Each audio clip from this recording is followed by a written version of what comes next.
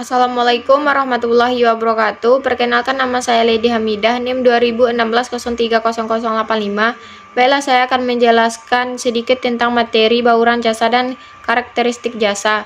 Yang pertama adalah bauran jasa.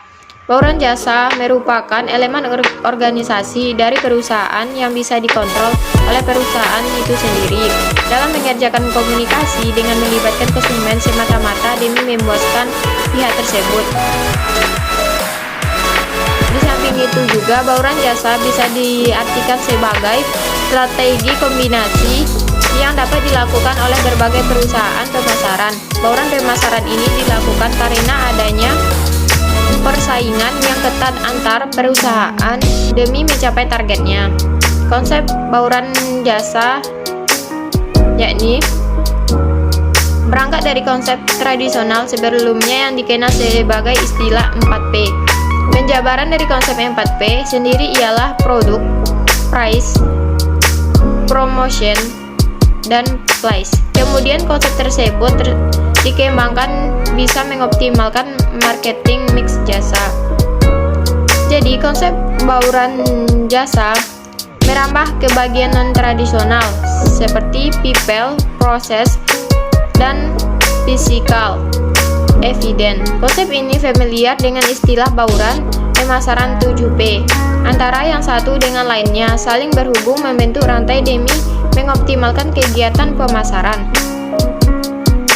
Contoh bauran jasa yakni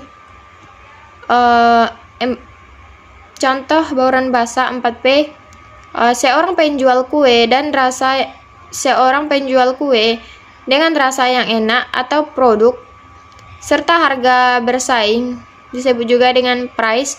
Rasa yang enak ini membuat kue tersebut dipromosikan dari mulut ke mulut hingga dikenal luas atau promotion.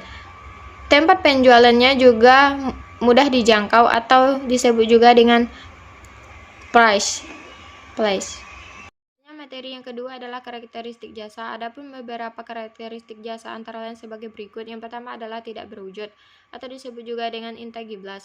Sebelum pelanggan melakukan pembelian atau pembayaran kepada penyedia jasa atau jasa yang diberikannya, jasa bersifat tidak berwujud, artinya tidak dapat dilihat, dirasa, diraba, ataupun didengar.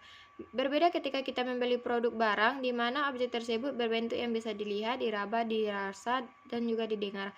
Nah, untuk mengurangi ketidakpastian dalam pembeliannya, konsumen memperhatikan tanda-tanda atau bukti-bukti jasa tersebut yang berasal dari fasilitas berupa sarana dan prasarana, orang atau konsumen yang pernah memakai jasa tersebut, peralatan yang digunakan, materi komunikasi, simbol, ataupun harga.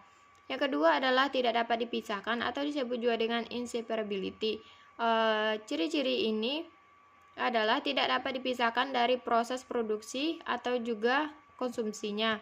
Yang ketiga adalah keanekaragaman atau disebut juga dengan variability. Bersifat sangat beraneka-ragam karena merupakan non-standardized output. Produk jasa yang dihasilkan sangat mungkin dalam banyak variasi, sehingga hasil yang diterima oleh konsumen satu dengan lainnya terkadang sangatlah berbeda, bahkan ketika dikerjakan oleh orang yang sama pun sekalipun. Yang keempat adalah produk jasa tidak tahan lama atau disebut juga dengan perishability. Adalah hasil produk jasa bersifat tidak tahan lama.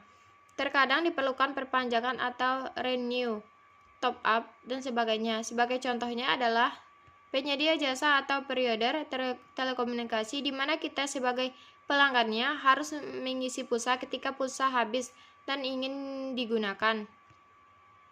Adapun contoh karakteristik jasa antara lain sebagai berikut. Jasa beauty, contohnya penyedia jasa perawat kecantikan, salon, dan lainnya. Yang kedua, jasa konstruksi, contohnya adalah jasa konstruksi baja, jasa konstruksi bangunan, tahan gempa, dan lain-lainnya. Yang ketiga, jasa komunikasi, beberapa contohnya adalah provider telekomunikasi, telepon, telegram, internet. Yang keempat adalah jasa usaha rumah tangga, contohnya adalah jasa cleaning service, jasa tukang kebun, dan jasa lain-lainnya. Sekian dari saya. Assalamualaikum warahmatullahi wabarakatuh.